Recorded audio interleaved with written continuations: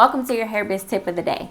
This one is for my newbies. So if you're in this group and you are thinking about or looking to get started in the hair industry and you haven't started anything yet, my number one tip to you is going to be go online. And what I mean by go online is make sure you are creating a website for your hair business.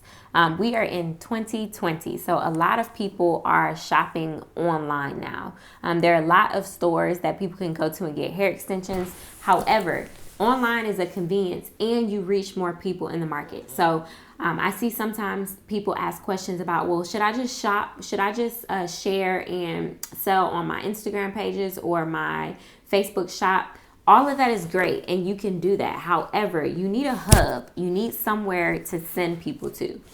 So the first tip I'm going to give you for those newbies out there who are looking to get started, make sure you have a website done.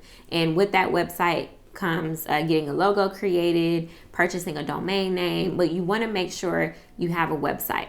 Over 80% of people in the whole entire world are utilizing their mobile phones to place orders, and they're utilizing online shopping opportunities. So your whole target market is online. So you want to make sure that you have a place for them to go to. Another benefit is when people are placing orders on your website, now you have collected data. So you have their contact information, you have their telephone number, you have their address, you have their email address. So that's a whole database that you can start to create so that you can start sending out follow-up emails. Or maybe you have holidays coming up and you want to send out coupons. Or maybe you send little cute cards to your customers on their birthday for 15% off. But you're creating data. You're creating a database for all the clients that you have. So definitely make sure you get a website. If you were having second thoughts about, do I need a website? I am telling you right now, you need a website.